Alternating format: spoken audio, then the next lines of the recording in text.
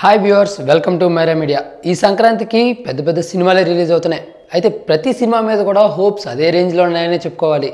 అవునండి, అభిమానులు ఈ సినిమానే హిట్ అవుతుంది, ఆ సినిమానే కొంచెం ఫ్లాప్లా కనిపిస్తుందని తేడా లేకుండా ప్రతి ఒక్క సినిమా కూడా ఈసారి ఎంటర్టైన్మెంట్ చేయడానికి సిద్ధంగా ఉందంటూ ఎన్నో హోప్స్ పెట్టుకున్నారు. అయితే ప్రతి సినిమా కూడా ఆ అంచనాలు ఏమాత్రం తగ్గకుండా మంచి ఎంటర్టైన్మెంట్ అందరికీ అందిస్తుందని అనుకుంటున్నాము. అయితే ఇప్పటి వరకు కూడా ప్రతి సినిమా సెన్సార్ పూర్తయిపోయింది. వినయ విధేయరామ మాత్రం కాస్త లేట్గా సెన్సార్ పూర్తి అవడం జరిగింది. అవును, బోయపాటి శ్రీను దర్శకత్వంలో వినయ విధేయరామ మరి రామ్ చరణ్ గారి యాక్టింగ్ అయితే తిరగదీస్తారని చెప్పుకోవాలి. ఈ సినిమాకి సంబంధించి సెన్సార్ ఇప్పుడు తాజాగా పూర్తయింది. ఈ సినిమాకి U/A సర్టిఫికేట్ ఇచ్చారు సెన్సార్ సభ్యులు. బోయపాటి డైరెక్షన్లో రామ్ చరణ్ వినయ విధేయరామ అంటూ ఒకవైపు ఉంటే, ఎన్టీఆర్ బయోపిక్తో బాలకృష్ణ గారు క్రిష్ డైరెక్షన్లో మరోవైపు, ఇంకోవైపు ఫన్ అండ్ ఫ్రస్ట్రేషన్ అంటూ విక్టరీ వెంకటేష్, వరుణ్ తేజ్లు లైన్లో ఉండగా, పేట మూవీతో సూపర్ స్టార్ రజనీకాంత్ గారు మరి థియేటర్లో సందడి చేయడానికి ఎవరికారు రెడీగా ఉన్నారు. అయితే ఎన్టీఆర్ బయోపిక్కి U సర్టిఫికేట్ క్లీన్ U రావడం జరిగింది.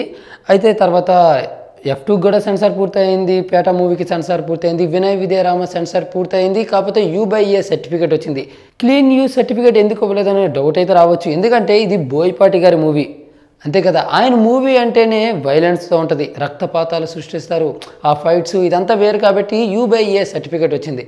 ఇక ఈ మూవీలో రామ్ చరణ్ గారి యాక్టింగ్ అయితే సూపర్ అని చెప్తున్నారు సెన్సార్ సభ్యులు. ఒకవైపు ఫ్యామిలీతో ఆనందంగా కొన్ని సన్నివేశాలతో కనిపించగా, మరోవైపు వైలెన్స్తో, విలన్స్తో ఫైటింగ్స్ ఇవన్నీ చేజింగ్లు చేస్తూ చాలా అద్భుతంగా నటించారని చెప్తున్నారు. మిగతా నటీనటులు కూడా వారి వారి పరిధి మేరకు అద్భుతంగా నటించారని చెప్తున్నారు. ఇక పాటలు కూడా చాలా బాగున్నాయి అనేసి వినికిడి.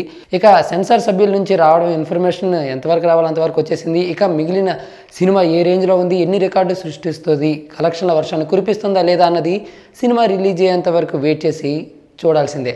ఇక బోయపాటి శ్రీను దర్శకత్వంలో వినయ విధేయరామ అంటూ రామ్ చరణ్ గారు ఎలాంటి రికార్డులను సృష్టించబోతున్నారు అన్నది మనం థియేటర్లోకి వెళ్ళి చూసి తెలుసుకోవాల్సిందే. మరి ఏ రేంజ్లో ఉంటుంది రామ్ చరణ్ యాక్టింగ్, మరి మనమైతే సెన్సార్ సభ్యులు చెప్పారని సైలెంట్గా ఉంటే కుదరదు కదా, థియేటర్లోకి వెళ్ళి చూసేయాల్సిందే. మరి రంగస్థలం కన్నా వినయ విధేయరామ హై రేంజ్లో ఉంటుందా, లేకపోతే రంగస్థలంతో ఈక్వల్గానే ఉంటుందా, లేకపోతే దానికి మించి తక్కువగా ఉంటుందా? మరి ఇటువంటి డౌట్లకి మీ దగ్గర ఆన్సర్ ఉన్నట్లయితే మీ యొక్క అభిప్రాయాన్ని కామెంట్ రూపంలో తెలియపరచండి. ఈ వీడియో నచ్చితే లైక్ చేయండి, అందరికీ రీచ్ అయ్యేలా షేర్ చేయండి. అలాగే ఎప్పటికప్పుడు ఇలాంటి లేటెస్ట్ అప్డేట్స్ని మీకు అందించే మా మైరా మీడియా ఛానల్ను సబ్స్క్రైబ్ చేసుకోవడం మాత్రం మర్చిపోకండి. Thank you. Hi, this is Karthikeya Shiva from RX100. Please subscribe to Myra Media.